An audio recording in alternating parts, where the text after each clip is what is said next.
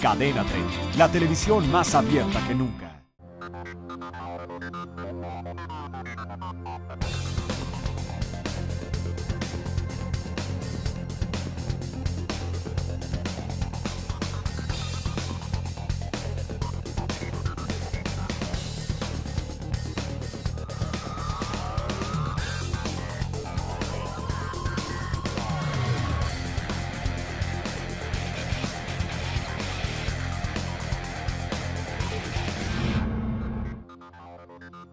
Hola, ¿qué tal? Qué bueno que nos acompaña. Esta semana la agenda informativa nos llevará a conocer historias de jóvenes centroamericanos que huyen de la violencia de sus países y deciden quedarse en el Distrito Federal en vez de continuar hacia Estados Unidos. Además, la trata de personas en Morelos. Yo soy Carlos Quirós y esto es Semanal 28, la agenda de Cadena 3. Comenzamos.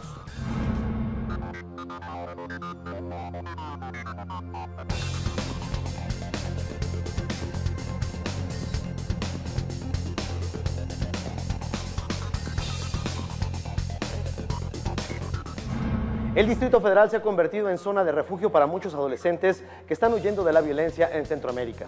Jóvenes migrantes con miradas tristes, con sueños rotos, con el temor a cuestas de ser deportados a sus países de origen. Ellos buscan la forma de quedarse aquí en México, pues retornar a su tierra que los vio nacer podría ser la muerte. Regresar a casa no es una opción. Subieron al tren de la vida y se aferran más de lo que esperaban. Vea este trabajo de mi compañera Georgina Olson. Emilian tiene la mirada triste. A los 15 años huyó de su pueblo en El Salvador, dejó la escuela por falta de dinero y trabajó en los cafetales. Pero lo dejó porque eran jornadas de 10 horas y le pagaban solo $5. En esos días se fue a jugar fútbol a una cancha cerca de casa, pero allí los pandilleros de la Mara trataron de reclutarlo. Cantando rap, Emilian cuenta su huida de El Salvador, el rechazo que ha sufrido desde hace un año como migrante y el deseo de cambiar su vida con la música. Fuera de la realidad dicen que me encuentro por querer cantar cosas buenas y dar el buen ejemplo. Fuera de la realidad por querer ver un mundo mejor y querer entender porque la sociedad de otro país te rechaza sin saber los motivos por los cuales huyes de casa. Fuera de la realidad por tener un sueño, ellos les da risa pero yo le pongo empeño. Sueño de aquel niño por querer ser un cantante, ofendidos por muchos por el hecho de ser migrante, pero ellos no saben que el que más lucha tiene la voz del pueblo que todos escuchan. Dime cómo puedo hacerlo, me lo explico. Intenté encontrar la respuesta y siempre claudico. Hoy me convertí en la voz de un pueblo entero y logré la manera de expresarla como rapero. Dejar un buen mensaje, eso es lo que quiero. En El Salvador, a Emilian Durán le gustaba cantar en la escuela, pero no podía hacerlo en el parque o en lugares públicos porque de inmediato se enfrentaba a la represión policíaca. En la escuela las cantaba canciones que hacía, pero no pasaba de ahí, ¿no? Entonces cuando vine acá, yo canto rap, entonces cuando vine acá empecé a ver que mi país es muy distinto a que aquí anda cualquier morro, anda improvisando, anda en el metro, cosas así. En mi país nunca, porque la policía piensa que ya eres marero y ya no, pues te golpean, ¿no? Te agarran, te golpean, porque allá hasta la policía está corrupta ya. Entonces, a mí pues me pasaba ocasiones por vestirme así, no, que eres de la Mara, y pues sí me golpeaban bastante, entonces yo más o menos venía huyendo también de ese tema, ¿no? Porque iba creciendo y pues ya como que me miraban de otra manera. Salió de El Salvador con $2 en el bolsillo. En la frontera con Guatemala conoció a un señor salvadoreño que le prometió que lo llevaría hasta el DF. Me dijo que él me cruzaba a México y que él me traía hasta el DF. De primera pues se portó bien el señor, que vamos y todo eso. Y pues nos perdimos como 15 horas caminando en el monte buscando las vías del tren porque no sabíamos dónde andábamos. Yo los pies, yo las traía hasta desangrados ya de tanto caminar. Yo ya no aguantaba y me daban ganas de llorar y me decía el Señor, no, pues no llores, hoy ya estás aquí, pues hoy aguántate y sigue adelante. Entonces así pasamos perdidos hasta que llegamos otra vez a los pueblos y ya un Señor nos invitó gaseosa, comida, Él nos regaló, ¿no? Pero algo le dio mala espina a Emilian. El señor con el que viajaba le preguntaba demasiadas cosas. Quería saber dónde estaba su familia y Emilian empezó a sospechar que aquel señor era de esos que trabajan con los secuestradores de migrantes y llaman a sus familias para extorsionarlas. Y pues llegué hasta Arriaga, pero de allí ese señor que me iba ayudando, pues ya lo empecé a notar como que me quería sacar número de gente, así, me empezaba a preguntar, ¿tiene familia y todo eso? Entonces A mí me dio miedo porque la gente me dijo, nunca confíes puede ser de tu mismo país, pero aquí todos se venden, me dijo. Entonces no confíes en él. Entonces yo llegué a Arriaga y me desaparecí de él de una vez, me quité. Una vez libre, llamó a su hermano que vivía en la Ciudad de México y fue a recogerlo hasta Arriaga. Llegando al DF, empezó a buscar trabajo y encontró en una tortillería donde trabajaba de lunes a sábado y a veces hasta los domingos. Lo malo es que le pagaban la mitad de lo que gana un mexicano. Trabajaba de 5 a 5 de la tarde por 540 pesos, de lunes a sábado. ¿De lunes a sábado? Sí, entonces yo sentí mucho, ¿no?, estar ahí trabajando. Y a veces no solo eran esos días, sino que como yo vivía cerca, me iba a llamar con un hijo de él, hey, ¿qué dice tu patrón que vayas? Y a veces hasta los domingos me hacía trabajarle algo, y pues no me daba. ¿A los mexicanos? Pues a los mexicanos les pagaba 900. Renunció al trabajo y a los días su hermano perdió el trabajo también.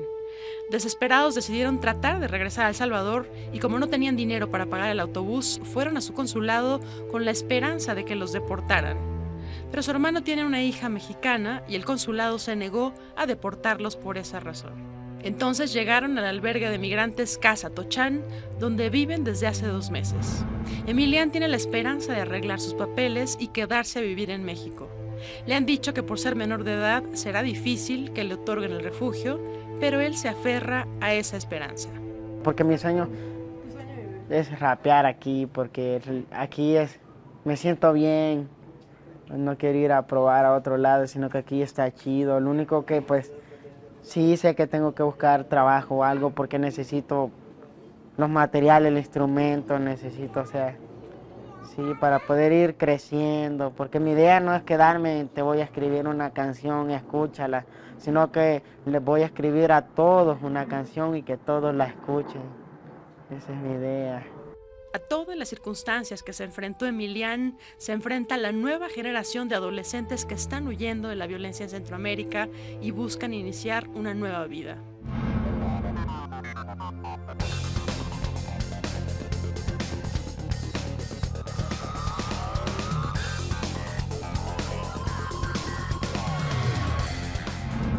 Todas las circunstancias que se enfrentó Emilian, se enfrenta la nueva generación de adolescentes que están huyendo de la violencia en Centroamérica y buscan iniciar una nueva vida.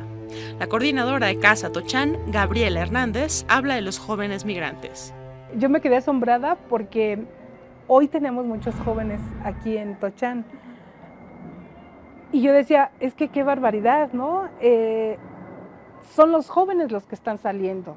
Y están saliendo porque si no se quieren volver maras, pues simplemente los matan, ¿no? Y están en el Distrito Federal porque también ya vieron todo el riesgo que implica estar subido en la bestia, ¿no? Ellos tienen la esperanza de obtener el estatus de refugiado o la residencia temporal en México. Regresar a casa no es una opción. Pero lograr que el gobierno de México les dé el estatus de refugiado tampoco es sencillo y la historia del colombiano Manuel Ramírez Vente así lo demuestra. Manuel huyó del puerto de Buenaventura, en Colombia, donde hay un intenso conflicto entre la guerrilla y los narcotraficantes. Logró que el gobierno mexicano le otorgara el refugio y después trató de traer a su hijo y a su hija para salvarlos de aquel horror. Tenía que traer a 2 hijos de Colombia. Pues solo pudo traer a uno porque a la otra hija la mataron. En ese proceso de estar esperando, ellos vivían en Buenaventura, un puerto que se disputan tanto la guerrilla como el narcotráfico. Y bueno, pues ahí radicaba un poco el problema, ¿no? Total, yo le decía, pues el gran dolor de perder a su hija, yo le decía, pero bueno, de lo malo hay que recuperar lo bueno, seguramente vamos a poder más rápido traer a su hijo. Pues no, su hija la mataron en marzo, al hijo lo pudo traer hasta julio, con muchas dificultades. Eso ocurrió el año pasado. Después llegaron a Casa Tochán a pedir ayuda una pareja de guatemaltecos, Hugo y Levia. Venían huyendo del exesposo de Levia, que era miembro de la Mara. Hacía meses que los tenía amenazados y aunque se cambiaron de ciudad e iniciaron un nuevo negocio, el hombre los persiguió y les incendió su comercio. Pidieron refugio a México, pero se los negaron. Ellos les tocó el cambio de la ley de migración el año pasado y nomás ya no pudieron regularizarse.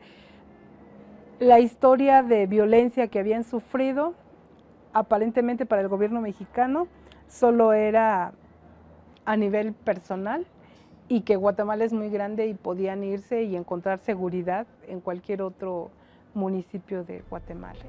Para otorgar refugio, la Comisión Mexicana de Ayuda a Refugiados, Comar, que forma parte de la Secretaría de Gobernación, les pide una serie de documentos para demostrar que su vida estaba en peligro en sus países de origen. Que hoy, pese a todo lo que puedan mostrar de violencia y de no poder estar en su país, pues simplemente no les creen, ¿no? No les creen o les piden pruebas, digo, difíciles, cuando a ti te amenazan de muerte, cuando ya te balacearon la casa, cuando estás cansado de que te cobren derecho de piso, pues huyes y no te da tiempo de, a ver, voy a recabar toda la información para que me crean, ¿no? De acuerdo a Gabriela Hernández, se requiere otra actitud de las autoridades mexicanas que están recibiendo solicitudes de refugio de personas que fueron víctimas de situaciones graves de violencia en su país y para los que regresar a casa pone en riesgo su vida. De acuerdo a la Comar, entre 2009 y 2013 recibió 4.589 solicitudes de refugio, de las cuales solo otorgó 24.7%, es decir, que dio refugio a 1.133 personas. En Casa Tochán hay un chico hondureño de 16 años, Jerry Odair Hernández, que en enero de este año escapó de San Pedro Sula, la zona con la tasa más alta de homicidios en el mundo. A su hermano de 17 años lo asesinó la Mara, y él estaba en riesgo de que le ocurriera lo mismo. A mí me dijeron que se iban a andar con la Mara y casi me dan una paliza a mí. Esos tal MS. ¿Casi te dan una paliza? Sí, casi me dan una paliza, pero... ¿Cómo te libraste de eso? Pues llegaron los policías, pero los policías solo pasaron y ellos salieron corriendo. Pues yo seguí caminando y me siguieron. Pues me fui hasta la casa y estuvieron ellos ahí, se fueron al rato. Después al rato otra vez me pararon, que me daban 2 horas. Y si, ahí está la respuesta, te quedas o si no te vas, o si no te vas, pues te damos cuello. Jerry salió huyendo de San Pedro Sula junto con su hermano y su padre. Llevaban solo 3,000 quetzales, que equivalen a 5,000 pesos, pero todo se los robaron en su paso por Guatemala. Le dieron como 3,000 quetzales. ¿Quién les robó? ¿Qué pasó? Cuéntame. La policía. ¿Los policías guatemaltecos? Sí. ¿Qué pasó? ¿Cómo los agarraron? Que cuando que íbamos en la combi, entonces cada vez se comunicaban así en las combi con los policías. Les hablaban que allá vamos, como van inmigrantes así. Entonces los para la policía y la migración de Guatemala, los pedían dinero, 100 cada uno, 100 quetzales cada uno. Pues lo pararon como 8 veces a nosotros. Sí, les quitaron casi todo. Cuando entraron a territorio mexicano, ya no traían ni un peso, y el trayecto no fue fácil. El camino fue muy difícil. Creo que hay que estar caminando, pagando o estar charoleando, pero hay mucho peligro en todo lo que es Palenque o Chiapa o Tapachula. Todo eso es peligroso en las estaciones porque están los maleantes y muchos supuestamente son los zetas, pero los asaltan o si no, cuando que tú te montas al tren, ellos te piden cuota. Al tren de la bestia se suben los zetas, y si los migrantes no les pagan una cuota, los tiran a las vías. Pero los asaltan o si no, cuando que tú te montas al tren, ellos te piden cuota, pero les digo que no tenemos y entonces nos bajan y los tiran. Pero a mí nunca me han tirado porque yo me lo he escondido. ¿Te escondías? Sí. ¿En dónde? En los vagones, pero... Entre los vagones. Sí, están los vagones así, digamos que esto así.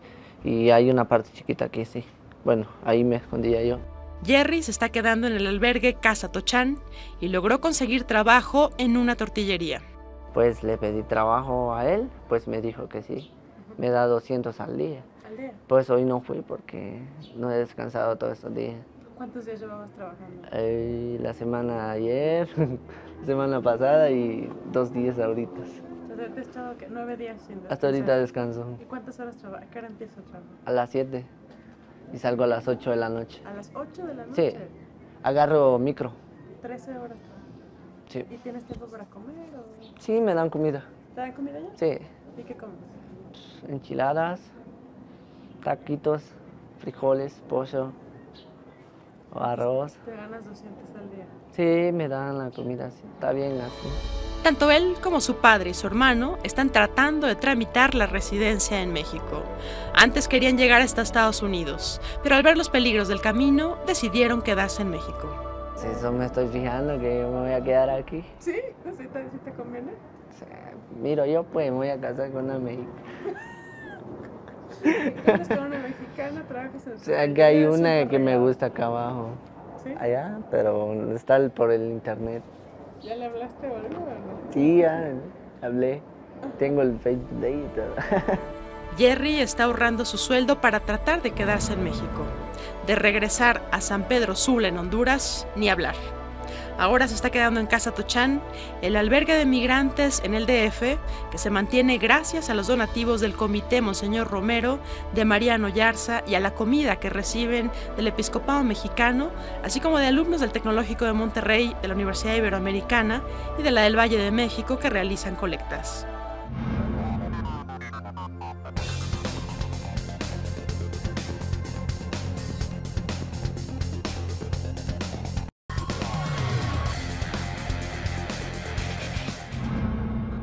Un problema que va y viene, no termina, por el contrario se acentúa a pesar de las estrategias del gobierno para combatirlo.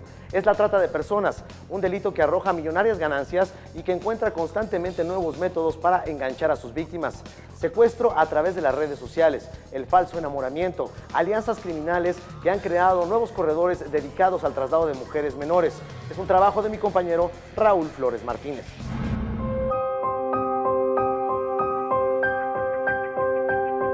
A nivel mundial, el delito de la trata de personas genera una ganancia ilícita de más de 32.000 millones de dólares al crimen organizado multinacional anualmente.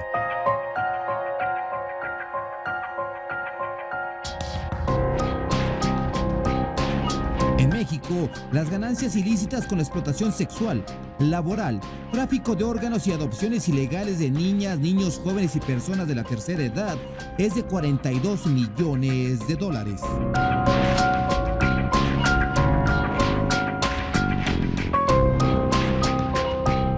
Con la diversificación del crimen organizado de pasar del trasiego de drogas a la trata de personas, se dejó a un lado el enamoramiento de las víctimas para pasar al secuestro a través de las redes sociales.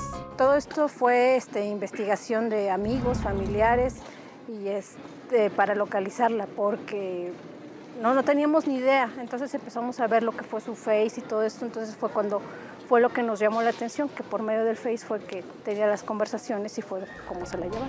Algunas células que se consideraban desaparecidas en la radiografía del crimen organizado, pero aún delinquen como la familia Michoacán y los Rojos, han encontrado en la línea férrea que parte de Tenosique, Tabasco, a Nuevo Laredo, Tamaulipas, una opción para la captación de nuevas víctimas. Estos dos grupos delincuenciales tejieron alianzas con familias de Tlaxcala dedicados al delito de trata de personas, quienes tienen fuerte injerencia en 17 estados del país, principalmente en Morelos, donde este delito ha repuntado. También hay muchos municipios aquí que se basan en usos y costumbres, y el permitir esa situación de la venta de sus hijas para la explotación sexual o para el trabajo, pues ha permitido que muchos lugares y los presidentes municipales den autorización para lugares en donde se ve la situación de trata de personas. Sabemos que en Morelos, y es evidente, que proliferan los giros rojos, que proliferan este tipo de organizaciones, básicamente donde hay venta, donde hay comercio sexual, y donde generalmente detrás de todo ello hay una explotación hacia quienes lo están realizando.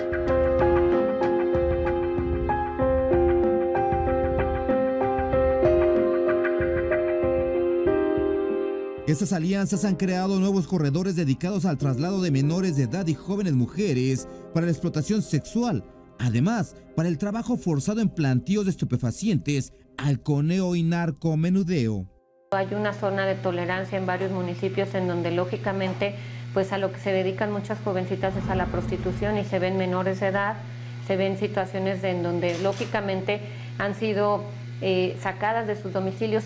Esa es la franja de nuestro estado que delimita con otros estados donde hay entradas y salidas muy fáciles hacia el Estado de México, hacia Puebla, hacia Guerrero, por supuesto hacia el Distrito Federal, y de alguna manera es parte de la forma en la que se opera esta delincuencia organizada en cuanto a la trata de personas. Las conexiones entre Morelos, Estado de México con Puebla, Tlaxcala y Veracruz se realiza a través del llamado Circuito Mexiquense, Arco Norte, Calzado Ignacio Zaragoza, Avenida Texcoco, vialidades que no tienen una vigilancia estricta en kilómetros.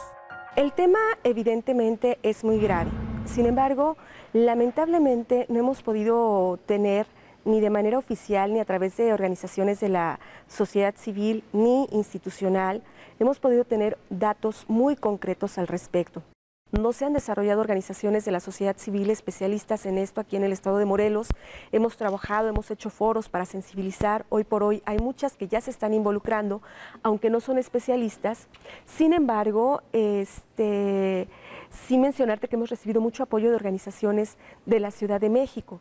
Entonces, inclusive en algunos casos a quienes han sido víctimas las hemos remitido a los albergues ya especializados en esta materia para que puedan seguir su rehabilitación, ¿no? El modo de operar de los tratantes de personas en esos corredores es trasladar a las víctimas en los camarotes de los tráileres, debido que al ser detenidos únicamente hacen la revisión de las cajas donde transportan diversos productos. De acuerdo con diversos testimonios de víctimas relatados a la Fundación Pozo de Vida, el robo de niñas lo realizan dos sujetos que traen consigo un trapo con cloroformo para someterlas y dominarlas. En un abrir y cerrar de ojos eran dos hombres que traían unas máscaras negras como de gorro. No se les veía la cara. Fue muy rapidísimo, no sé, nos pusieron algo, yo recuerdo que era un trapo con un olor muy muy fuerte, tan fuerte que pues yo recuerdo solamente haber gritado. En la actualidad, las 47 organizaciones dedicadas al delito de la trata de personas en México ha permeado en todos los estratos sociales del país. El delito de trata de personas desgraciadamente ha permeado a toda la sociedad. La sociedad ha sido indiferente en todos los niveles sociales, desde el más encumbrado de este país hasta la persona que pudiera tener menos posibilidad económica, menos poder adquisitivo, pues también son personas que en algún momento pueden acceder por muy poco dinero en algunos lugares a comprar un ser humano. Vamos a conocer qué tan grande es el poder de la trata cuando veamos qué sucede con la ley general para prevenir, sancionar y erradicar los delitos en materia de trata.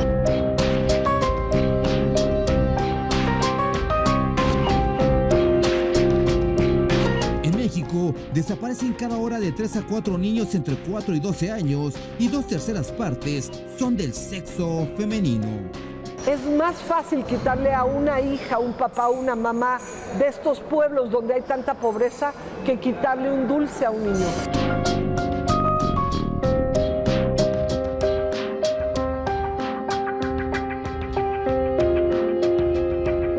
Del 2007 a 2011 en México han desaparecido 150,000 niños entre 4 y 12 años, la mayoría mujeres.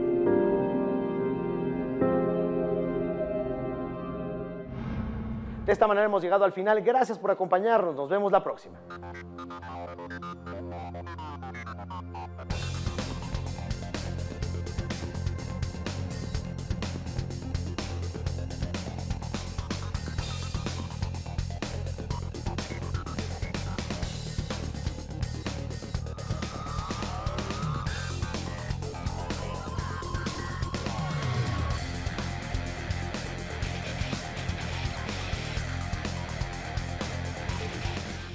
Cadena 30, la televisión más abierta que nunca.